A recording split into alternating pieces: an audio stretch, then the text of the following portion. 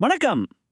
கலைத்துறையில் தொடங்கி 60 ஆண்டுகள் தமிழ்நாட்டு அரசியலை தன் கட்டுப்பாட்டில் வைத்திருந்த கருணாநிதியின் பிரம்மாண்ட சரித்திரத்தை இன்னைக்கு நாம பார்க்க போறோம். நீங்களே யோசிச்சு பாருங்க.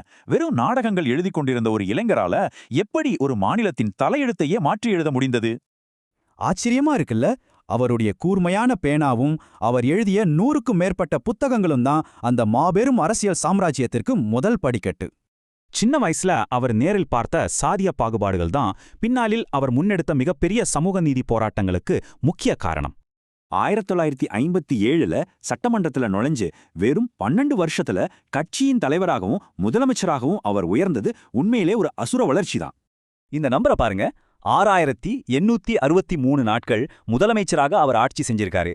இந்திய அரசியலையே திரும்பி பார்க்க வச்ச சாதனை இது.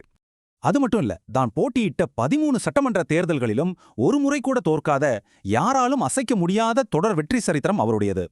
சரி, அதிகாரத்தை அடைந்ததும் அவர் என்ன செஞ்சாரு? விளிம்பிலை மக்களின் முன்னேற்றத்துக்காக அவர் கொண்டு வந்த அதிரடி சமூக சீர்திருத்தங்களை இப்ப பாப்போம். பெண்களுக்கு சம சொத்துரிமை, 30% இடஒதுக்கீடு, இலவச கல்வி என சமூகத்தையே மாற்றியமைத்த பல புரட்சிகரமான திட்டங்களை அவர் கொண்டு வந்தார்.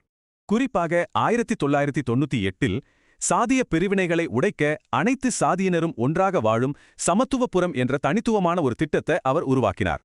ஆனா இந்த மாபெரும் அதிகாரத்தை தக்க வைக்க அவர் பல தசாப்தங்களாக எதிர்கொண்ட அரசியல் போராட்டம் கொஞ்ச நஞ்சமல்ல, அது ரொம்பவே கடுமையாக இருந்தது. திமுக மற்றும் அதிமுக என 2 துருவங்களுக்கு நடுவுல தமிழ்நாட்டின் அதிகாரம் எப்படி பல வருஷங்களா மாறி மாறி பயணித்ததுன்னு பாருங்க.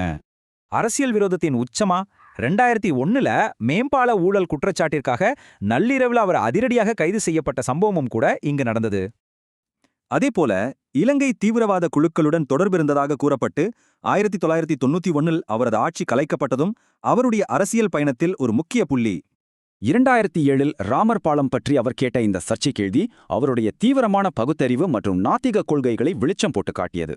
2006இல் தொடங்கிய ஆட்சியில் ₹1 அரிசி, இலவச கேஸ், மருத்துவ காப்பீடு என பல அதிரடி மக்கள் நலத்திட்டங்களை அவர் செயல்படுத்தினார்.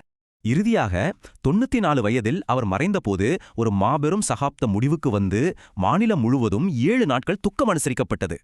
ஒரு பேனாவின் வலிமையால பல நூற்றாண்டு கால சமூக படிநிலைகளை உண்மையாலே தகர்க்க முடியுமா? இத பத்தி நீங்க என்ன நினைக்கிறீங்க?